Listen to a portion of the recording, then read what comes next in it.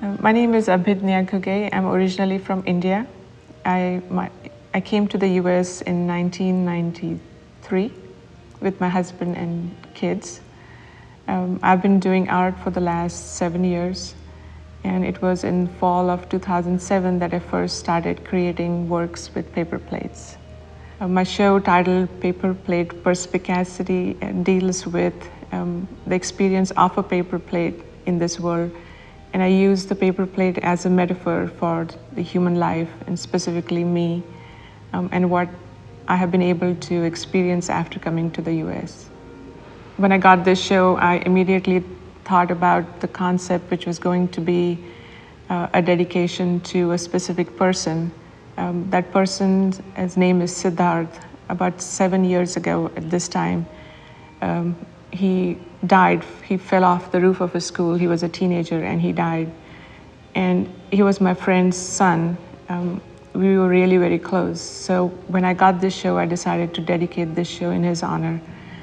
So the design that I chose to come up with for the woodblock is based on that brevity of life.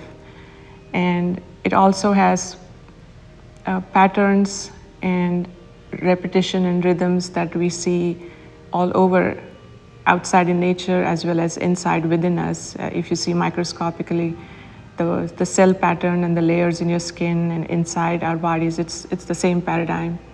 And so the life that he lived that's the pattern I wanted to depict on the wood blocks. So I do start with a design on the wood block, then I carve the wood block, ink the wood block, and then lay the paper plates on it and pass it through a printing press. So you have embossment on one side and print on the other side. After the ink dries, which is archival oil-based ink, I seal the paper plates with an acrylic, so it kind of makes them semi-permanent. And as you can see in the installation, there'll be different shades of blue, blue-grays, gray, black, white.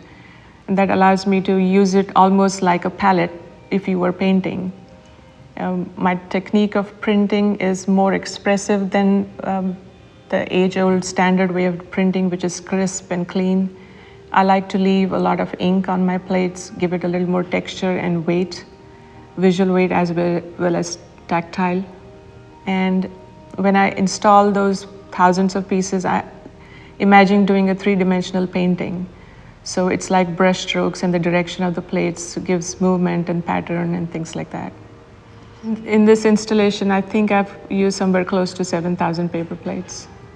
Usually it's an image that catches my attention. This time it was a photograph that Caleb Bell showed me. It was a photograph of a glacier front. And as soon as I saw that, I said, this is what I want to do. But obviously it's not a glacier. It's my interpretation of what that would mean while I relate back to that brevity of life and how the glacier has time in it, since that snow is from centuries ago at the bottom and then new snow falls on it. So that life of the glacier is really long as compared to the human life. I've never really shown the woodblocks in any of my previous exhibitions, but I've talked to people who walked through those exhibitions, and I realized that they presumed I bought paper plates that already had design on it and then just used them. So this time, since I'm not going to be in Austin for the full duration of the exhibition, I decided to show the woodblocks with the installation. The two woodblocks that you see in this exhibition are used to print the paper plates in the site-specific installation. As you know, disposable paper plates are made to be disposed. That's their end point. And to me, that's a metaphor for us humans. That we are all going to have the same ending. So to me, we are just like the paper plates made to be disposed. But what you do from the time you're born to the time you die is of value. And that's what I try to do with the paper plates. I print on them, I put information on them to add value to those paper plates. In an installation, it's like many paper plates coming together, many people coming together, and how do you change the place that you are in, the community that you are in. Just look at women in their work gallery. It wouldn't be what it is without all the volunteers and the hours that people put in. They change the art scene in Austin. They've changed the art scene for women. And that's important. That's the difference that every person makes and the difference that collectively a group of people can make.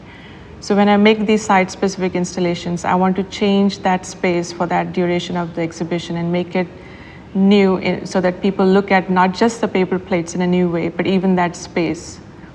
I want them to have an experience that's totally different from what they had before. As they sit inside the cave-like form in this installation, I want them to just escape somewhere, either familiar, unfamiliar, just be somewhere else, even though this is a regular gallery space. I want them to have an individualized experience. And I hope they can come up and let me know what they thought they felt like, or the spaces in their mind that they traveled in.